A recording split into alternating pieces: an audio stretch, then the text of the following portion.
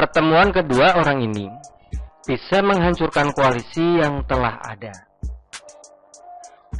Koalisi merupakan suatu keniscayaan bagi partai politik yang ingin mengusung pasangan capres dan cawapres. Kecuali partai politik yang raihan suaranya mampu memenuhi ambang batas 20%, seperti PDI Perjuangan. Berbagai strategi politik terus dilakukan agar bisa membentuk koalisi yang solid dan mampu mengantarkan kemenangan di pemilu dan pilpres yang akan datang. Koalisi Indonesia Bersatu (KIB) merupakan koalisi yang paling awal terbentuk. KIB beranggotakan Partai Golkar, PAN, dan P3. Kemudian muncul Koalisi Kebangkitan Indonesia Raya yang terdiri dari Partai Gerindra dan PKB. Sedangkan poros gondang dia yang terdiri dari Nasdem, Demokrat, dan PKS masih melakukan pendekatan belum deklarasi resmi. PDI Perjuangan sekarang ini sedang melakukan safari politik. Senin lalu, Puan Maharani sebagai utusan khusus Megawati sudah bertemu dengan Surya Paloh, Ketua Umum Partai Nasdem. Pertemuan ini dinilai cukup berbahaya bagi poros gondang dia yang memang belum terbentuk secara resmi. Minggu kemarin, Puan melanjutkan safari politiknya bertemu dengan Partai Gerindra. Pertemuan kedua DPP PDIP Puan Maharani dan Ketua Umum Partai Gerindra Prabowo Subianto bisa mengubah peta koalisi pemilu dan pilpres 2024 jika ditindaklanjuti dengan kesepakatan serius.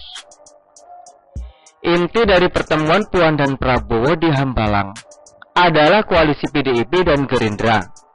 Sangat mungkin kedua partai ini akan bersatu melenggang menuju Pilpres 2024. PDI Perjuangan dan Partai Gerindra mempunyai kader sendiri yang sangat layak maju capres.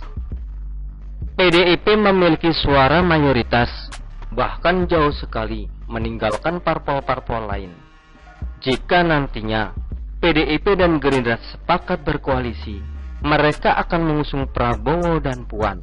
Pasalnya, selain nama Prabowo yang masih bertengger di 3 besar mayoritas lembaga survei, tingkat elektabilitas Puan pun mulai merangkak naik dari tahun-tahun sebelumnya. Hampir pasti Partai Gerindra dengan Prabowo, kemudian PDIP dengan Puan Maharani. Maka orientasi akhirnya adalah mengusung Prabowo Subianto dan Puan Maharani. Koalisi ini akan sangat kuat karena gabungan dua partai besar dan figur yang elektabilitasnya sangat memadai. Di sisi lain, koalisi yang sudah terbentuk jauh hari seperti Koalisi Indonesia Bersatu masih sangat rapuh. Pembentukan koalisi ini seolah hanya untung-untungan sambil menunggu manuver yang dilakukan PDI Perjuangan. Pendekatan PDIP ke poros atau koalisi yang identik masih jadi bagian dari pemerintahan sekarang, berpotensi mengubah komposisi anggota koalisi, atau ada pula potensi merger koalisi dengan PDIP. Menurut dia, safari politik Puan ini juga bisa dianggap sebagai upaya memecah sejumlah poros koalisi yang sudah terbentuk. Pasalnya, saat ini posisi PDIP merupakan partai dominan dan memegang kunci dalam hal pencapresan. KIB yang sudah deklarasi resmi bisa saja hancur karena tergoda dengan manuver PDI Perjuangan. Apalagi poros lain yang hanya masih melakukan pendekatan tapi tak kunjung deklarasi. Poros gondang dia bukan tidak mungkin gagal terbentuk karena salah satu anggotanya, misalnya Nasdem, malah bergabung dengan poros PDI Perjuangan.